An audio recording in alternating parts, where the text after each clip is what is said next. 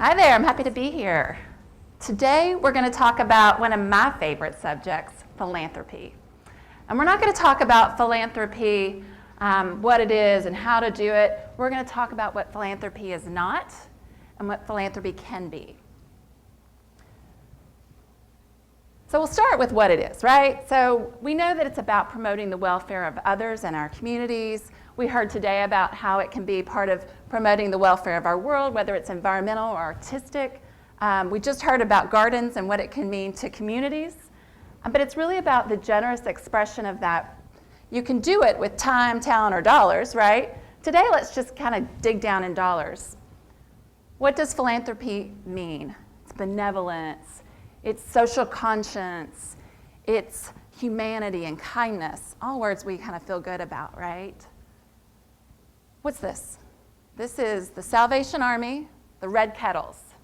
Any idea how long the Red Kettles have been around? Been around since 1891.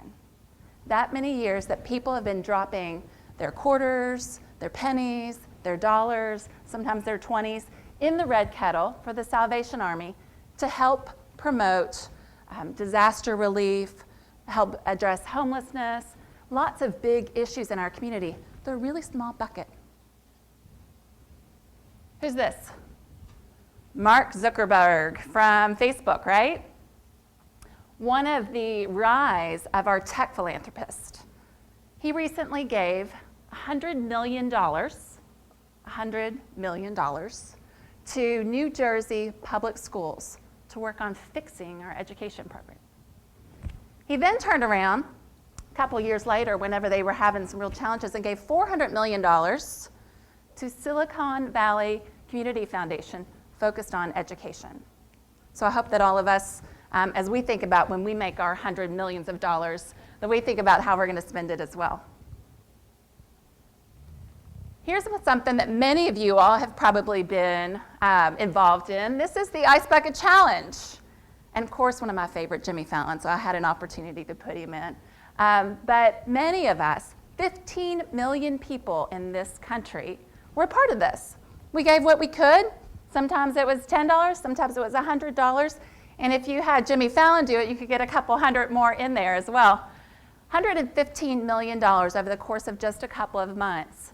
15 million people were a part of that, though. So that was a lot of $10, $100 bills. $350 billion, what was spent, what was given through philanthropy in the U.S. last year.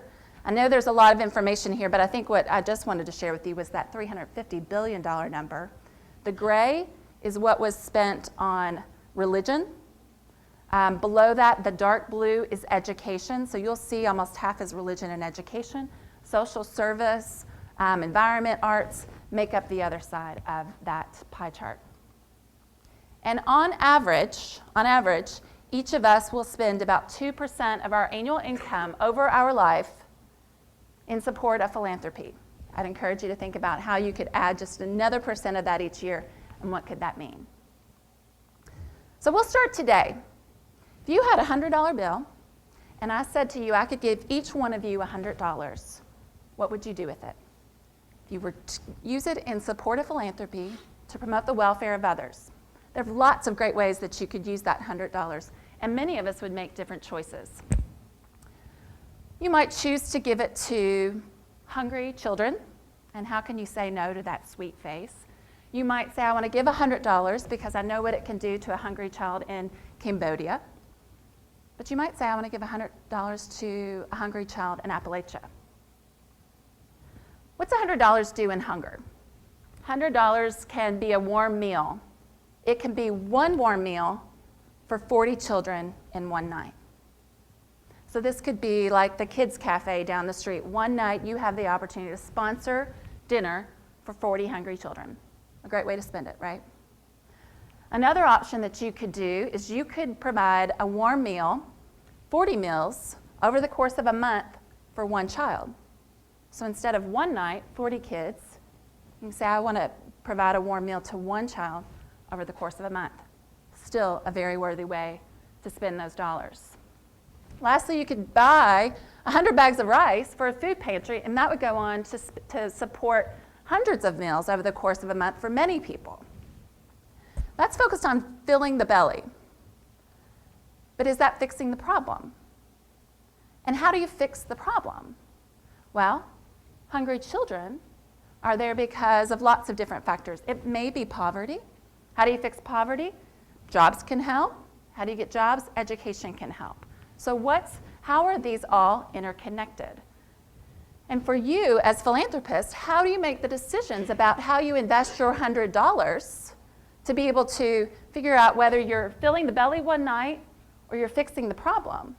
There's no right or wrong, right? It's just different parts of the paradigm. So we'll dig in just a little bit deeper on education, because education is an important place to dig. Your $100 could be used in lots of different ways. So over here, you start with kindergarten. First, you have to invest in kids to get them kindergarten ready. Then once you get them through kindergarten, they have to hit the milestones of third grade reading. They have to make it through the really tough and sometimes ugly transition of middle school, right? When they get to high school, you got to get them through the really tough freshman year to keep them connected, and you have to graduate them, either career or college ready. Then for those that go on to college, getting them through the first year completion and on to graduation. Your $100 could be placed at any parts of that pipeline, and all be really important ways to spend those dollars. Maybe pets, maybe animals is where your heart lies, and this sweet little Fido right here. You could use your $100 to make sure that he has food. You could give him adoption services. You could spay or neuter him or her, however it may be. Or you may work on animal cruelty. Artist, that's something that's really close to my heart from the Fund for the Arts. That $100, is it invested in artists, in particular in materials or in development or in opportunities or in fellowships? Or is it $100 in arts in education, where we teach kids about creativity and help to light that fire within them? All of that really good and important ways to do it. And this talk is not to be meant to help you decide what's right or wrong. It's really to talk about how they're all interconnected. And so some of you may choose to focus on filling the belly. It's a really important work. It's a really important way to spend your dollars. And some of you may choose to focus on the big societal or policy issues, whether it's around education or social injustice. And all of that is really important. And what this is meant to say is that regardless of how you do it, there's no wrong way. We just encourage you to make sure you get involved. What's important to you and what impact do you want to make? And if all of us do that, we'll have a greater chance. There's no right answer. The only answer is what's right for you. Philanthropy is not giving out of duty. It is not giving out of pride. But it is giving what you can, when you can, and where you care. So next time you pass that red kettle, I encourage you to pull out your pocket and whatever cash that you may have, that you drop it in when you can. I encourage you the next time you get the opportunity to be involved in something crazy and silly like an ice bucket challenge, that you do it and you really use that virally to encourage others to join you in it.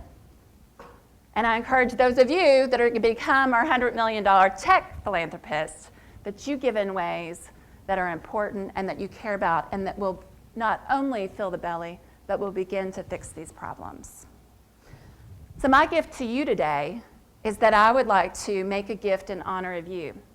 I will invite you to tweet me at Kristen Boone and to tell me what charity or what cause that you want to give $100 to and why it's important. And we'll have the opportunity to share that discussion. And this evening, we'll go through that and pick the ones, and we'll make a $100 gift in your honor. So that's our opportunity to give in honor of you. So thanks for having me here today, and get out there and get involved.